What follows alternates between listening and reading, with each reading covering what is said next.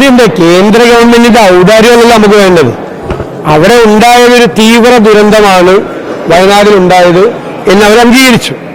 അപ്പൊ സാധാരണ സംസ്ഥാനങ്ങളിലേക്ക് കൊടുക്കുന്നത് സ്പെഷ്യൽ ഫിനാൻഷ്യൽ അസിസ്റ്റൻസ് ആണ്, പ്രത്യേക സാമ്പത്തിക പാക്കേജാണ് കൊടുക്കുന്നത്. ആ പ്രത്യേക സാമ്പത്തിക പാക്കേജ് നമ്മൾ 2000 കോടി രൂപയാണ് ആവശ്യപ്പെട്ടിരിക്കുന്നത്. അതിൽ നിന്ന് 100, 200, 500 കോടി കുറച്ചോ. പക്ഷേ അതൊന്നും തരാതെ 590 കോടി രൂപയുടെ 50 വർഷത്തേക്കുള്ള കടമായിട്ട് തരിക എന്ന് പറഞ്ഞാൽ കേരളത്തെ അപമാനിക്കുന്നതിന് തുല്യമാണ്, പരിഹസിക്കുന്നതിന് തുല്യമാണ്, കേരളത്തോടുള്ള പൂർണ്ണമായ അവഗണനയാണ്. പിന്നെ 50 വർഷം കഴിഞ്ഞ് അടയ്ക്കണ്ടെന്ന് പറയാൻ സുരേന്ദ്രൻ എന്താ അവകാശമുള്ളത് അടയ്ക്കണ്ടെന്ന് പറയാൻ? സുരേന്ദ്രനെ അടക്കാം. സുരേന്ദ്രൻ പ്രതിനിധാനം ചെയ്യുന്ന പാർട്ടിയുടെ ദേശീയ അവർ ഭരിക്കുന്ന ഗവൺമെന്റാണ്, നാഷണൽ ഗവൺമെന്റ്. ഇത് ഔദാര്യമൊന്നുമില്ല. സ്റ്റേറ്റിലൊരു ദുരന്തം ഉണ്ടാകുമ്പോൾ സ്റ്റേറ്റിന് കേന്ദ്രം സഹായിക്കണം. ആ സഹായിക്കാൻ ഇതിനു മുമ്പ് സഹായിച്ചിട്ടുണ്ട്. അവര് പല സംസ്ഥാനങ്ങളും സഹായിച്ചിട്ടുണ്ട്.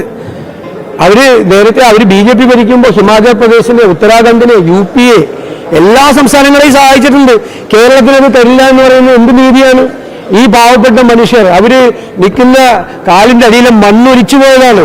ആ പാവപ്പെട്ടവർക്ക് കൊടുക്കുന്ന പൈസ 50 കൊല്ലത്തിനകം തിരിച്ചടക്കണം എന്നൊരു ഗവൺമെന്റിനോട്, ഇവിടെ ഭരിക്കുന്നത് ഞങ്ങളുടെ ഗവൺമെന്റ് ഒന്നും അല്ലല്ലോ. ഗവൺമെന്റ് എന്ന് പറയുന്നത് കേരളത്തിലെ ജനങ്ങളുടെ അല്ലേ. മാത്രമല്ല മാർച്ച് 30 പൂർത്തിയാക്കണമെന്ന് കൂടി ഇത്രയും നാളായിട്ട് എത്ര നാൾ മുമ്പ് പ്രധാനമന്ത്രി അവിടെ നിന്ന് വന്നുപോയതാ? ഇനി എന്നിട്ട് ഒരു 1.5 മാസം പോലും ബാക്കിയില്ലാത്ത ഈ സമയത്ത് ഇനിയിപ്പോൾ അതിന്റെ പേപ്പർ വർക്കെല്ലാം കഴിഞ്ഞ് പൈസ വരുമ്പോൾ എന്നായിരിക്കും ഇത് വരുന്നത്? എത്ര ദിവസം ഉണ്ടാവും ഇത് നടപ്പാക്കാൻ? അപ്പൊ അതൊന്നും ഒരു ശരിയായ രീതിയിലല്ല.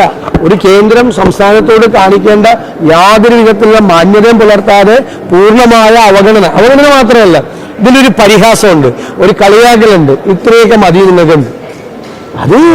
അത് ശരിയല്ല. അതിനെതിരായി ഞങ്ങൾ ശക്തമായ നിലപാടാണ് കേരളത്തിന്റെ പ്രതിപക്ഷത്തിന്റെ. ഒരു സംശയ കാര്യത്തിൽ വേണ്ട.